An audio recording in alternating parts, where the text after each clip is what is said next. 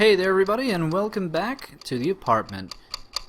Yeah, I decided to come back here and grab a few things, and what do you know?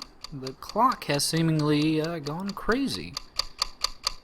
And by walking closer to it, we actually do start taking a little bit of damage, as if a ghost was nearby. And that's because, well, the apartment is now not really as safe as it was before. That's right, we can't get back health, and, well, whenever we come back, there will be what are called hauntings. Thankfully, the hauntings can be remedied with either the Saint Medallion or a Holy Candle. Holy Candle is actually probably the best way to go, usually because the hauntings are pretty stationary. There we go. The haunting is now cleared out. Not going to be damaged by that awful clock anymore.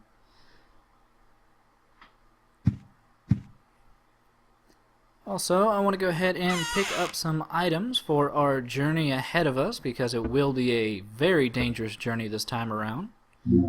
That's why I'm going to bring a Sword of Obedience and at least one Saint Medallion. Also, if you may remember, we were in the subway world again, so I might as well grab the subway tokens, because we will need those. Also, you may notice there are 2 notes underneath the door, so let's go ahead and check those out.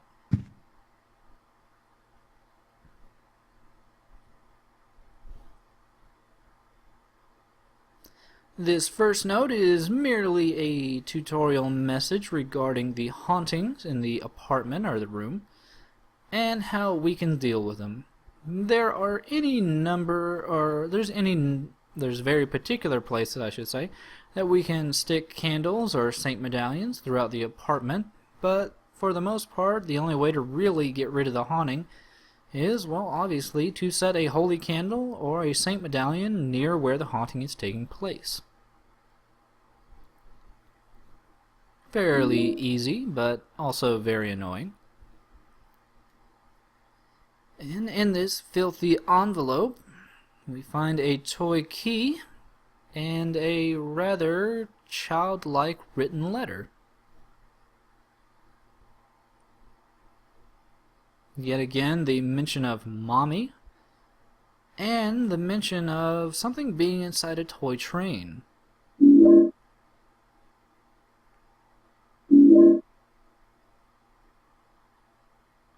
I'm sure we'll figure out what that means soon enough. But we don't really have much else to do, so let's go ahead and go back to Subway World and, well, make sure that Eileen is A-OK.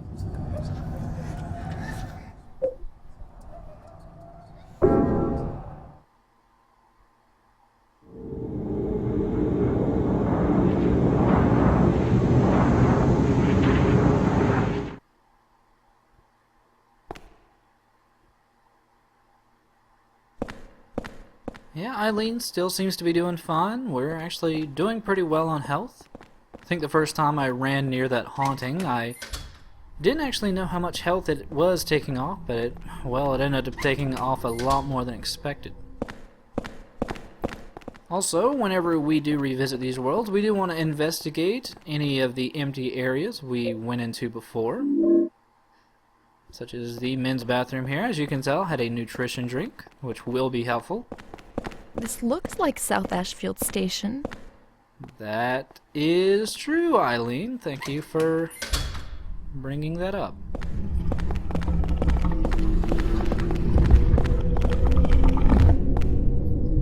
And there are other subtle differences throughout the subway world we will be seeing. What's that on the ground?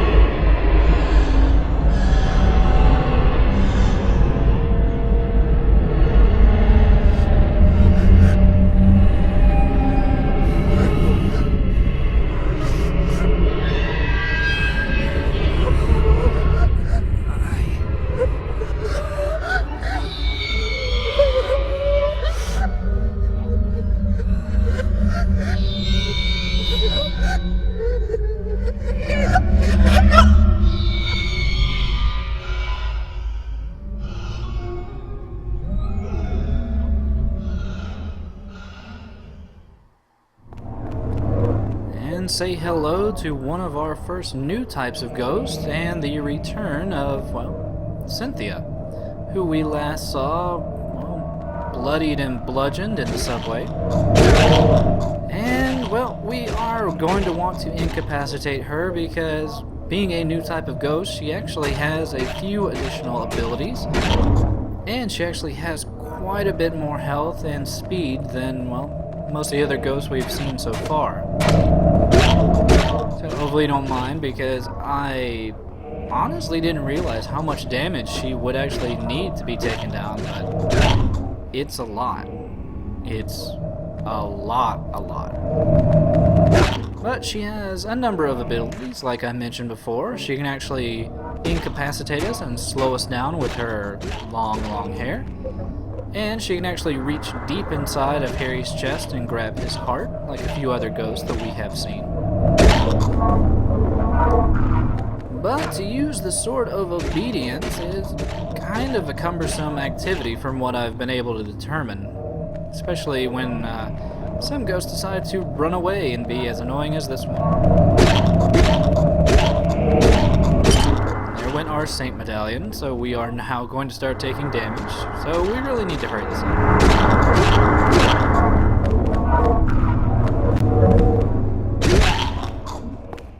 And there we go. I think Cynthia now has the point. And she won't be bothering us because, especially with the confined spaces of the subway and the fact that we now have Eileen to deal with, we really don't have the option of running away as much as we did before.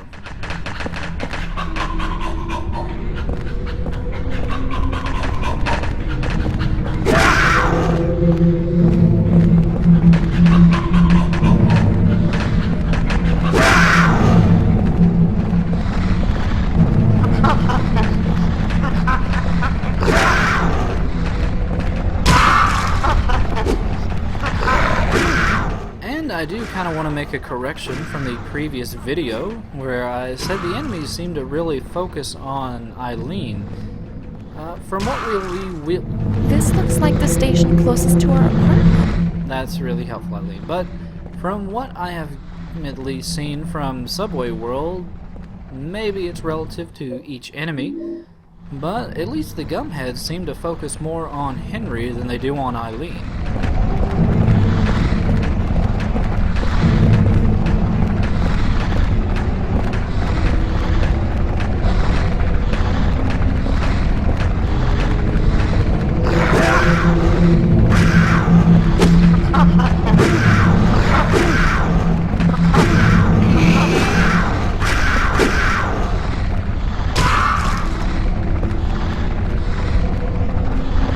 But with the Gumheads out of the way, we can actually get around to the, well, rather specific and very important reason to come down to this dead end. Well, we already saw we got a nutrition drink, but that rather hard to see item on the stairs there is one of two very important ammo types. And there's a silver bullet. I know it says bullets, but it's actually only one.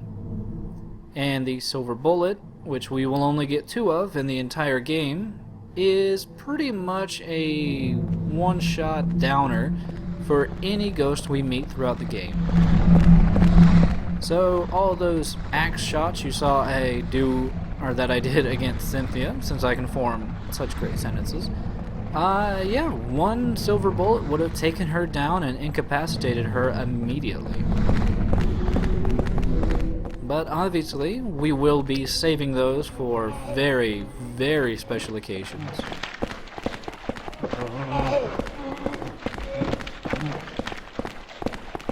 But with that out of the way, we can head back down to the Lynch Street line.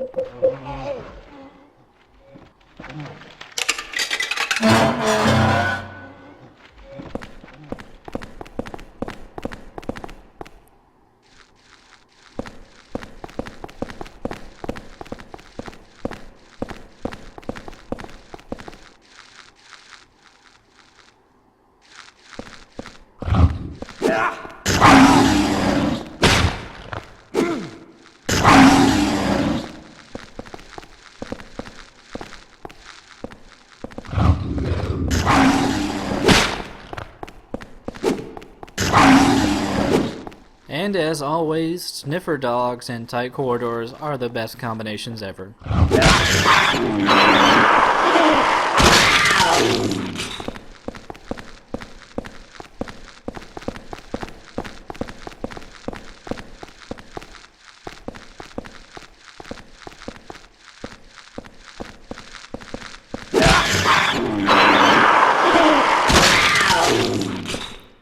But after clearing out these sniffer dogs, we actually find, well, a rather interesting weapon for Eileen. That's a pretty sexy skeleton. But in its lap, next to what I'm sure is 50 Shades of Grey, to make a topical joke, is a riding crop. And to point out even more about what I assume are the sexual depravities that the developers had, we can now make Eileen into something akin to, I don't know, a dominatrix. A handy, capable dominatrix. But actually, the riding crop is a fairly useful weapon for Eileen. It's a lot better than the handbag. It actually has a fairly good reach, it stuns a little bit, and it does a fair amount of damage. Yet again, though, we really don't want Eileen to fight because she'll just get hurt.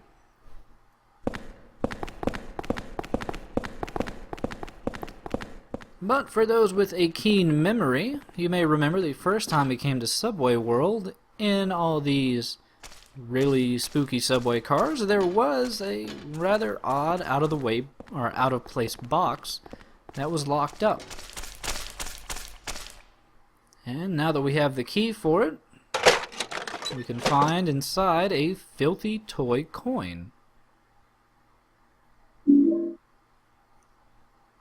And in case you couldn't figure out the puzzle on your own, the game is nice enough to tell you, well, I bet you could clean it in the kitchen sink.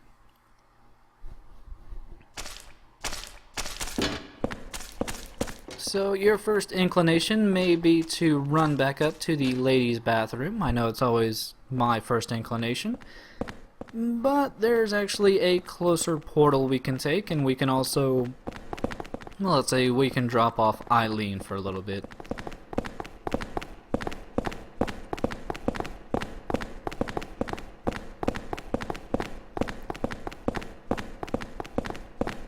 First, though, we do want to make sure and investigate as much as possible to make sure to not skip any items.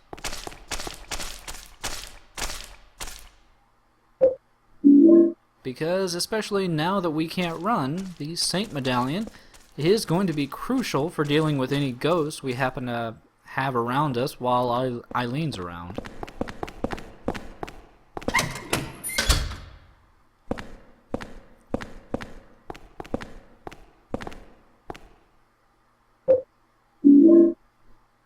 I used to live in North Ashfield. I used the subway all the time when I was younger. Terrifying.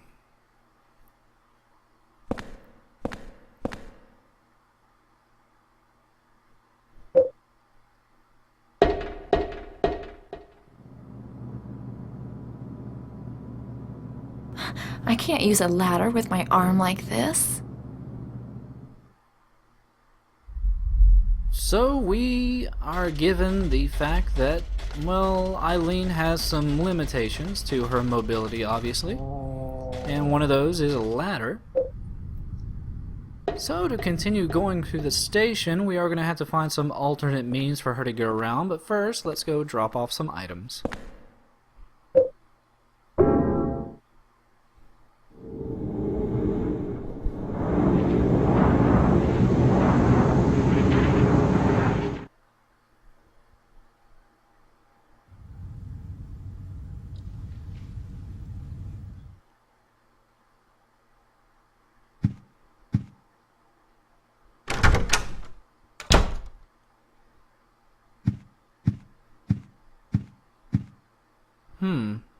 Well, it seems pretty quiet this time around. I was kind of expecting another haunting.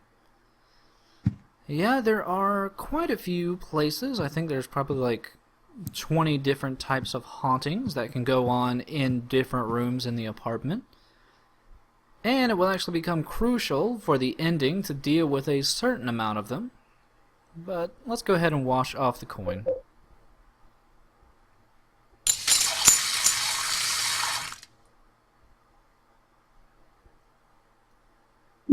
And we get a 1. Is that an 8 coin? Maybe someone meant to write $1 sign. Oh, and we got another letter here.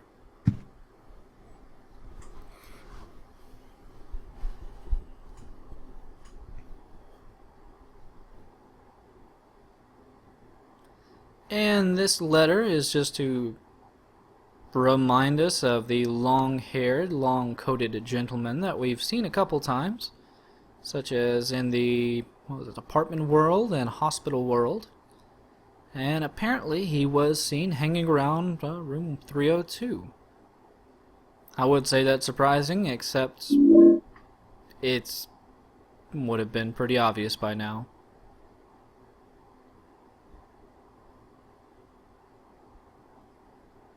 Nothing outside. As far as I know, from this point on, we really won't be seeing too much going on outside the apartment, such as out the window or obviously in Eileen's room.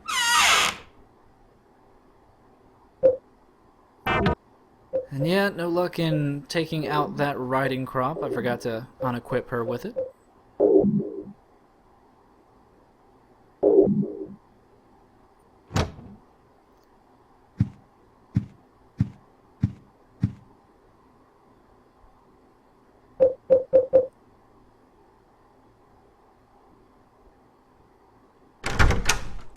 And just doing a quick walk through the apartment.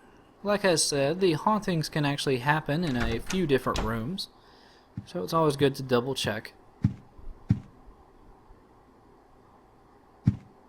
But everything seems to be in order, so back to Subway World.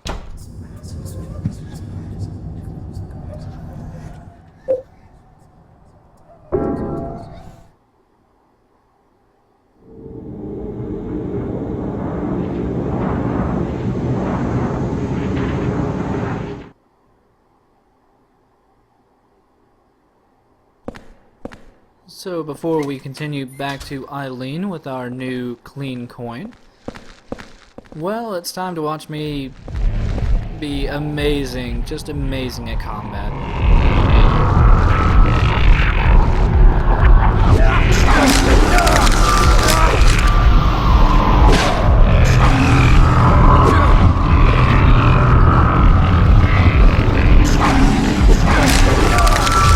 Yeah, honestly, in this situation, it really probably would have been better if I just ran for it, but, you know, once you get that taste of blood in your mouth, you just want to finish out the battle, even if it goes super, super, super badly.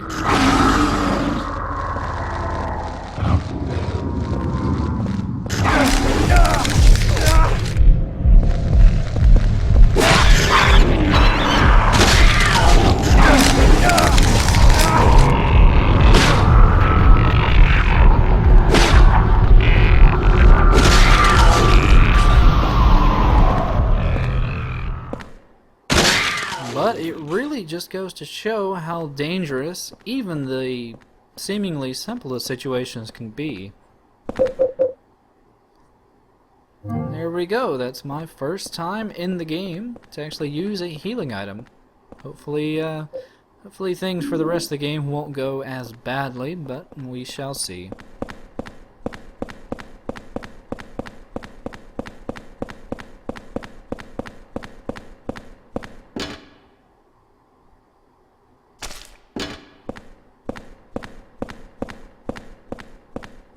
And by doing a slight bit of backtracking, we find yet another holy candle. There are, I think, about 13 of these in the entire game, and I think, like I mentioned in the previous video, it's a extremely good idea to make sure and get all of them.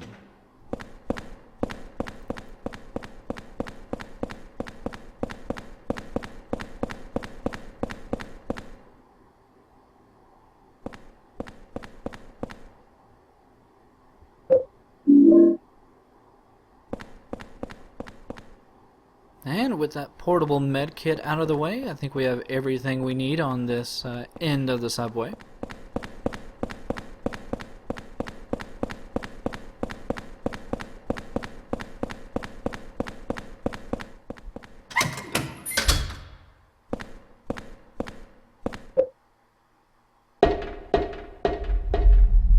Also, I do love the change they made to this particular room, the pulsating walls, like as if they were alive. But if you were wondering where that coin is actually used, you may, if you have a good memory, vaguely recall a particular vending machine that had the same symbol etched onto it.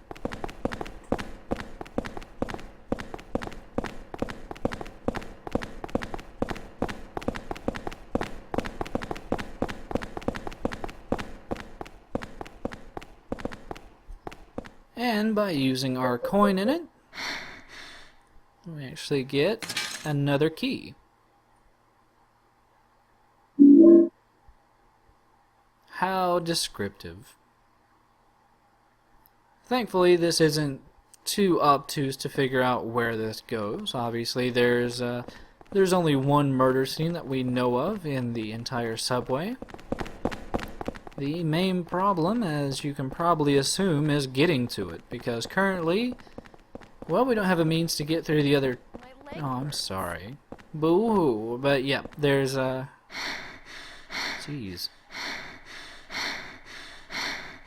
Escort missions are fun. But yeah, there is currently no means to get through the other set of turnstiles. So we're gonna have to go back the only other way we know how. And that thankfully means we don't have to bring Eileen. But rather sadly, it does mean we have to deal with, well, something a lot more obtrusive.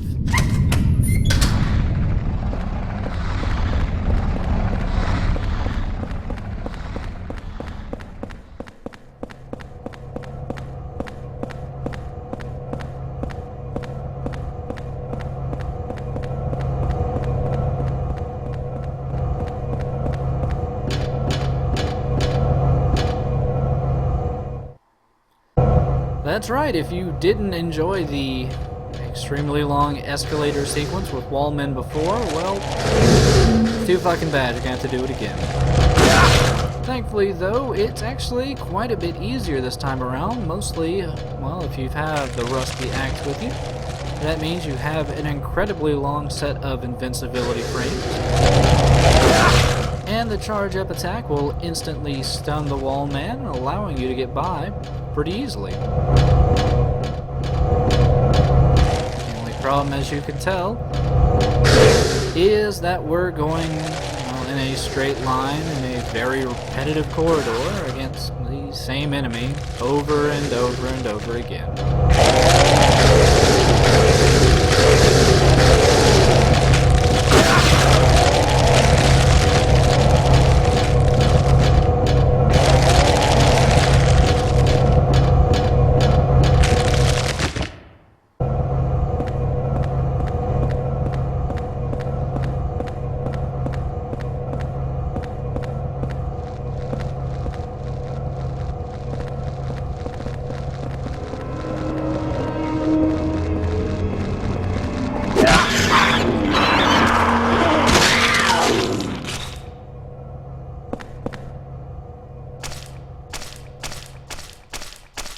And another nice nutrition drink. That'll actually, well, fill us up rather nicely.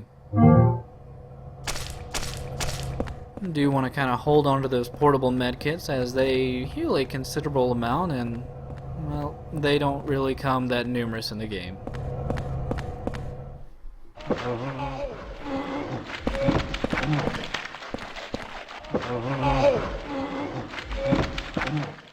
But with Cynthia still pinned down behind us, I assume she won't mind us rummaging through her stuff. And with her commuter ticket, we can now replace our subway tokens because this will actually get us through both turnstiles.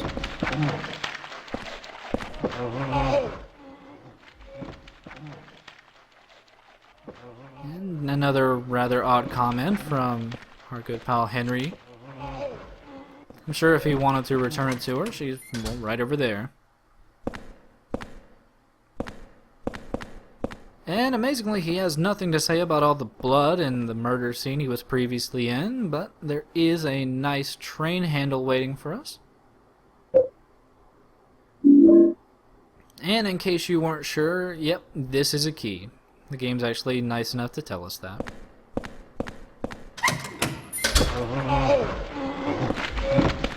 But with the availability to now go between Lynch Street and King Street rather easily, it's time to go back and pick up Eileen.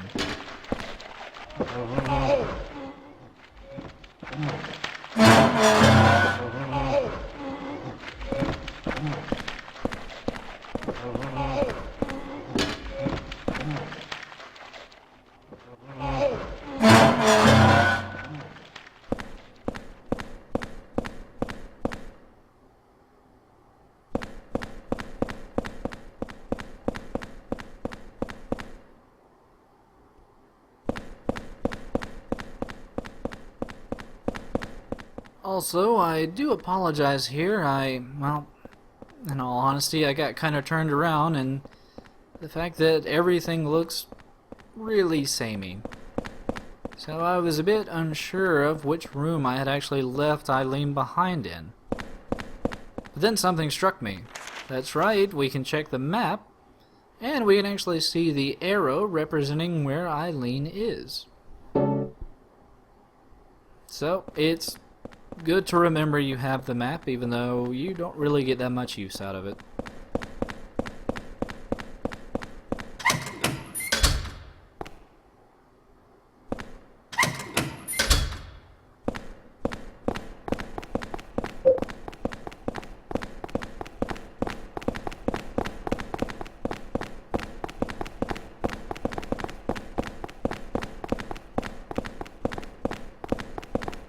Also, for some reason, her little jaunt behind us just, for some reason, really makes me think that she's trying to catch up to us to beat us. Which is both erotic and confusing.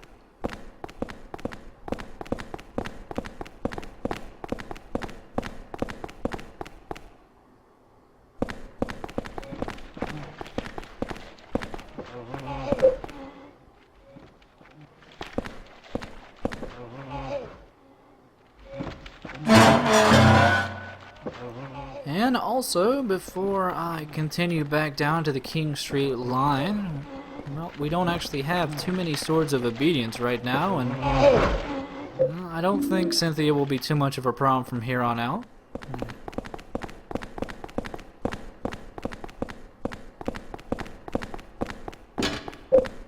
As long as I can remember which turnstile to go into.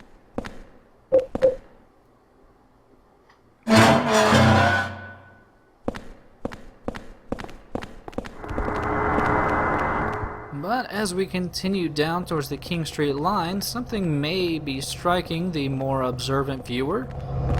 And that is, well, it's another stroke of genius on the part of the developer. More escalator action.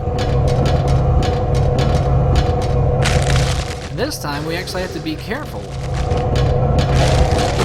We definitely don't want these wall men to try striking out at Eileen.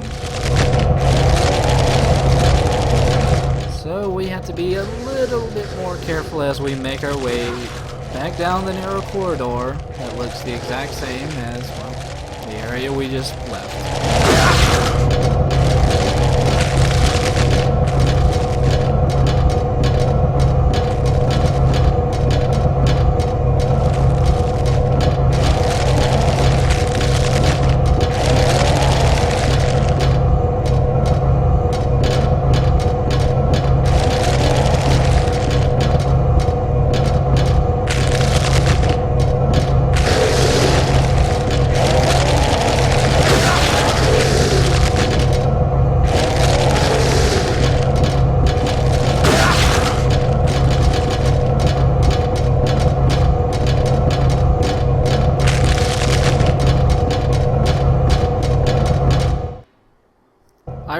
cannot even begin to assume that someone thought that had to be a good idea. But we are actually almost out of Subway World. All we have to do is... Is that Cynthia? In a very narrow... Ah, this is gonna be bad.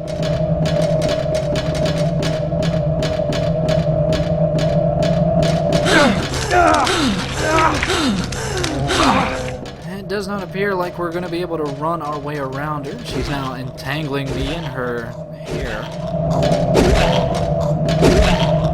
About the best I can do is knock her down and quickly get up to the engine car.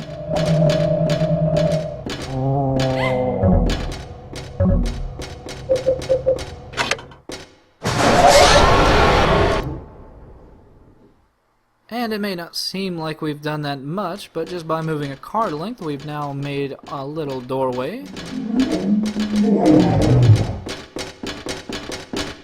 And what do we find on the ground but another conveniently placed sword of obedience?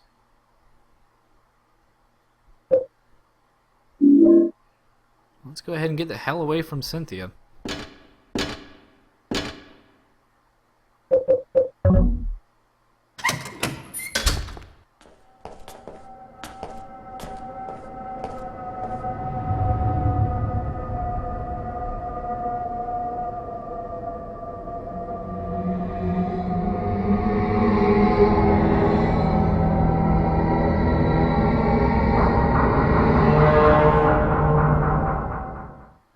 Oh crap, where is he? I thought he was right in front of us, but apparently... Oh shit.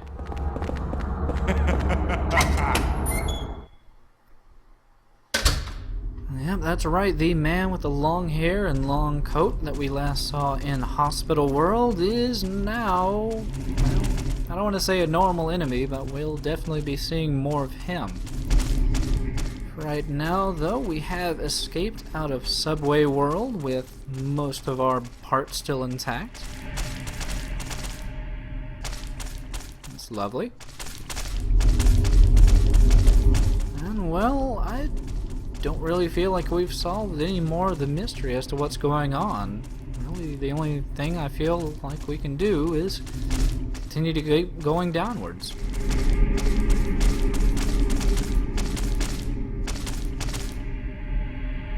This is just horrible. The game's not that bad, Eileen. But we don't really have much to drop off in the room for right now. And we've actually almost reached the doorway to wherever we're going to be heading next. Please, don't leave me alone. I'm trying not to, but come on, Eileen. I swear and I mean. I'm not going to do that right now. But, yeah, with that, we've reached the end of this video, so see you next time for more Silent Hill 4.